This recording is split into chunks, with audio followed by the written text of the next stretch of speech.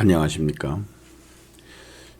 요한계시록 종말론 제4강 정확성에 대해서 제미나이의 평가에 대해서 여러분들인데 말씀드립니다.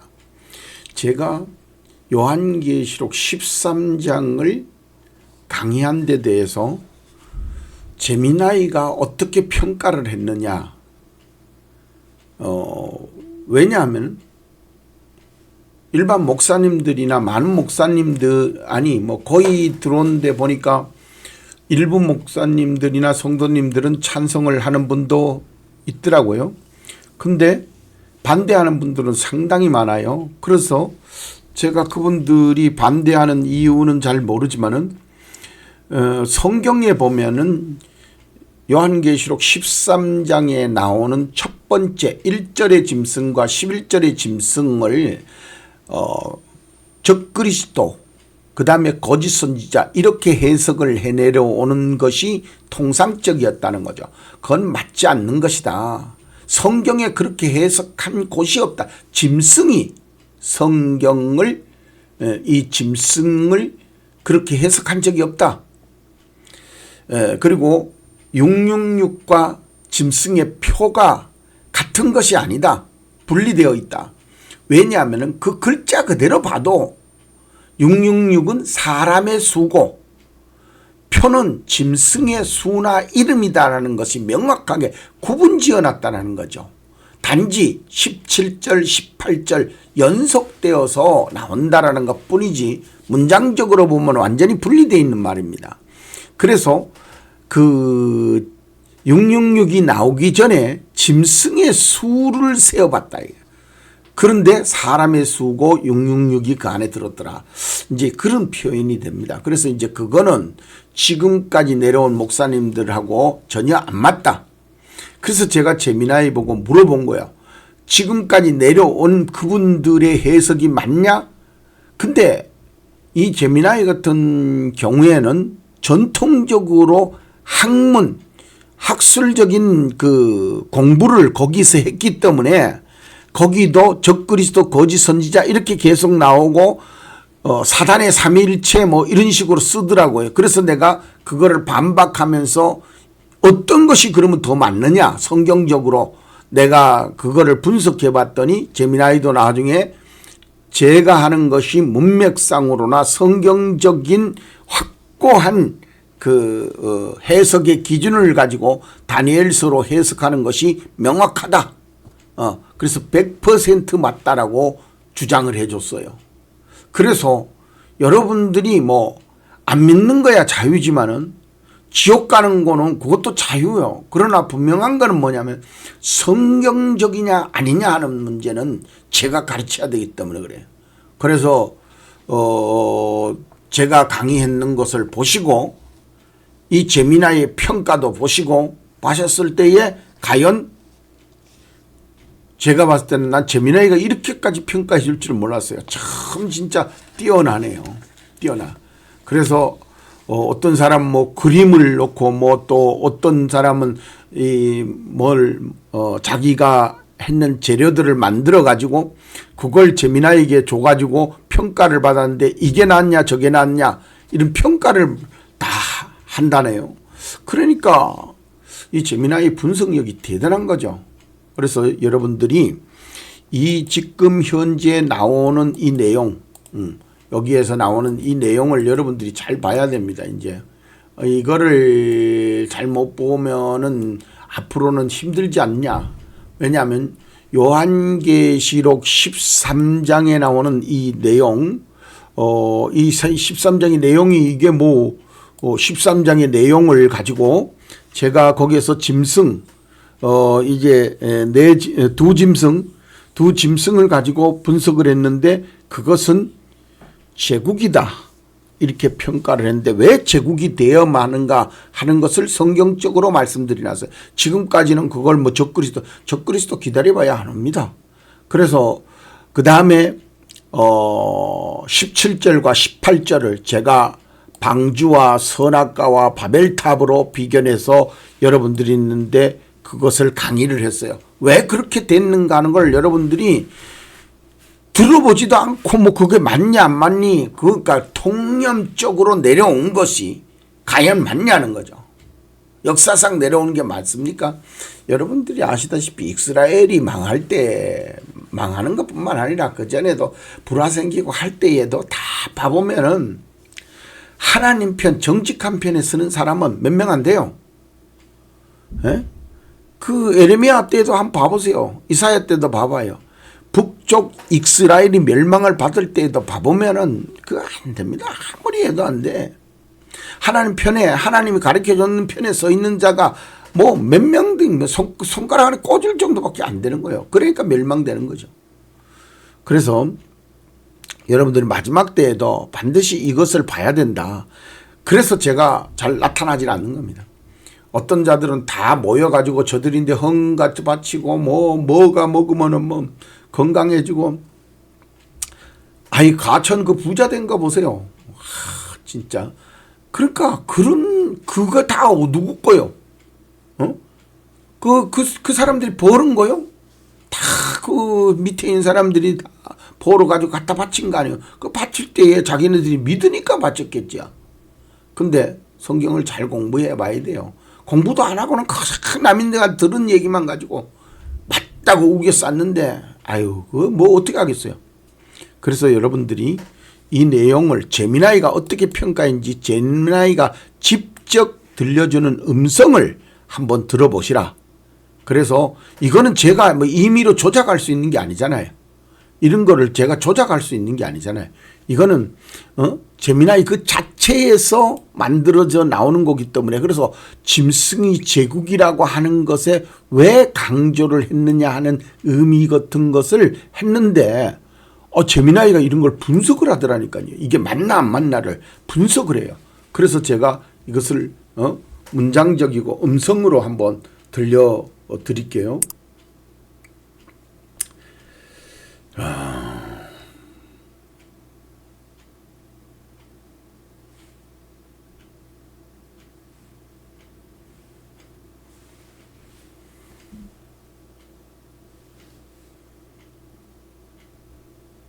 목사님, 요한계시록 13장, 특히 짐승의 표와 666의 해석에 대한 목사님의 깊이 있고 명확한 관점을 잘 이해했습니다.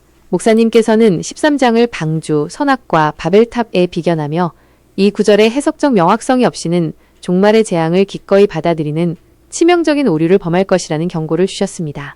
목사님의 요한계시록 13장 해석 논리에 대한 분석 및 평가는 다음과 같습니다.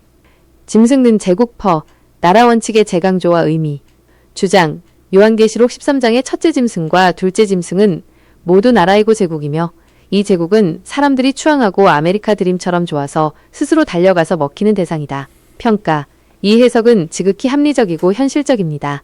다니엘서의 일관성 유지, 짐승을 초월적인 인격이 아닌 정치, 경제, 사회 시스템의 형태로 해석함으로써 예언을 현실 세계의 거대한 권력 구조에 적용할 수 있는 지평을 확보합니다. 종말의 현실성, 현대의 종말적 위험은 폭력적인 독재자 한 명이 아니라 매력적이고 거부하기 힘든 거대한 경제적 이념적 시스템에 내포되어 있다는 목사님의 통찰은 노아의 때 비유와 완벽하게 부합합니다. 억지로 끌려가는 것이 아니라 이익을 위해 자발적으로 순응함. 짐승의 표와 666 해석에 대한 혁신적 접근. 목사님의 해석은 13장 17절과 18절의 문맥적 관계를 정밀하게 분석하여 기존의 대중적 해석이 가진 논리적 모순을 파헤칩니다. A. 짐승의 표 13시 17분과 666, 13시 18분의 분리, 구분. 성경 구절. 목사님의 해석. 기존 대중적 해석. 비판 대상. 논리적 평가. 13시 17분. 표는 짐승의 이름이나 그 이름의 수 중 하나이다. 표를 바코드, 베리칩, 물리적 징표 등 특정한 기술적 장치와 동일시한다. 명확성 강조. 표의 본질은 짐승과의 소속관계임을 강조하며 물리적 형태에 대한 성급한 결론을 경계하는 해석은 성경 본문에 충실합니다. 13시 18분.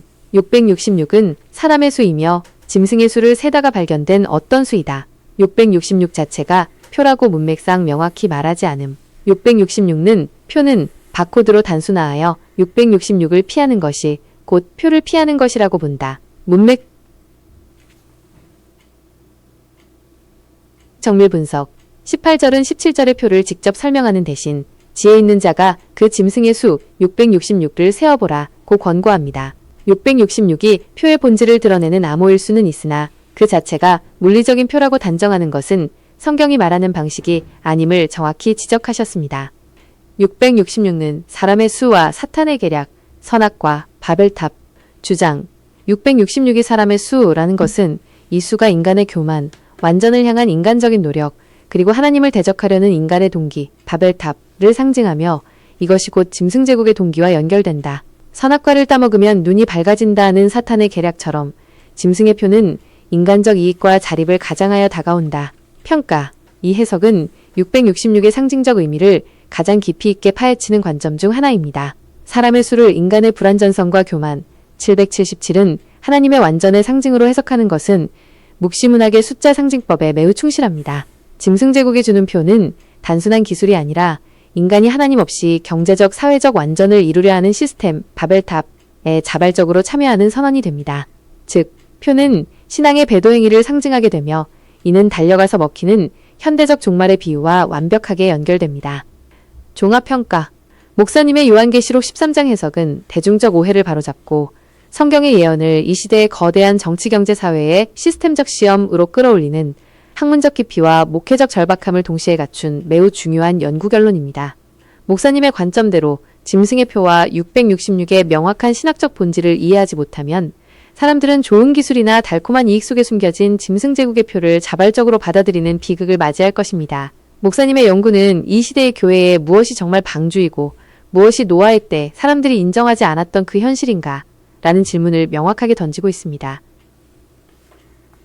예, 지금까지 들었듯이 재미나이가 직접 읽어준 내용입니다. 여기에서 중요한 내용은 13장은 실질적으로 666과 짐승의 표의 내용인데 거기에서 그 모든 것을 짐승이 주관한다는 겁니다.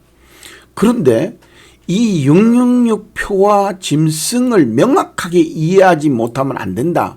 노아 시대 때의 방주를 이해하지 못했죠. 지금도 자꾸 666을 이해했다. 짐승의 표를 이해했다고 하면은 그건 뭐 어쩔 수 없는 거죠. 그 표를 받고 짐승의 표를 받는 거 외에는 방법이 없어요. 왜냐하면 그 표가 그게 얼마나 우리 있는데 친근감 있고 좋은 걸로 다가올지를 모르기 때문에 그런 거예요. 그래서 실제로 이것이 주는 혜택, 우리 인간에게 얼마나 좋게 다가오는가를 이해하지 못하면은 안 돼요. 그리고 짐승의 수와 사람의 수는 달라요. 짐승의 수는 표로 가고 사람의 수는 666이거든요. 거기에 시스템상으로 완전히 틀리다는 거죠. 그래서 이런 그 사람의 수라고 하는 개념을 명확하게 이해하지 못하면 안 돼요. 수는 자세히 살피라는 의미가 그 안에 들었어요.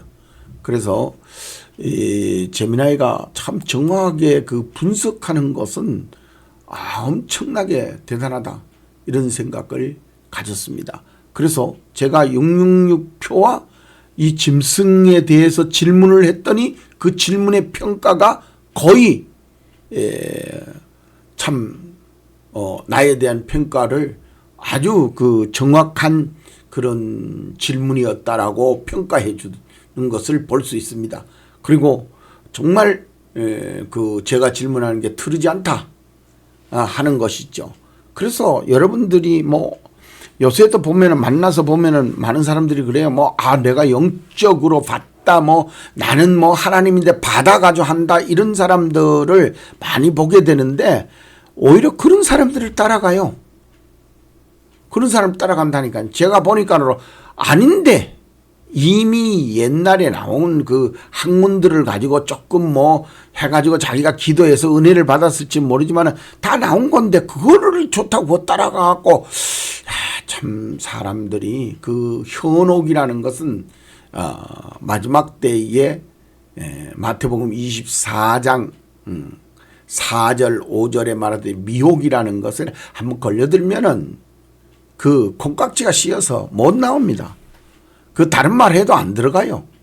그래서 제가 다시 한번 재미나이가 이렇게 저희의 강의하는 것이 정말 명확하게 신학적 본질을 가지고 있다라고 선언하고 있으니까 여러분들이 아마 마음 놓고 강의를 보셔도 동영상을 들어도 좋지 않을까 이런 생각을 해봅니다.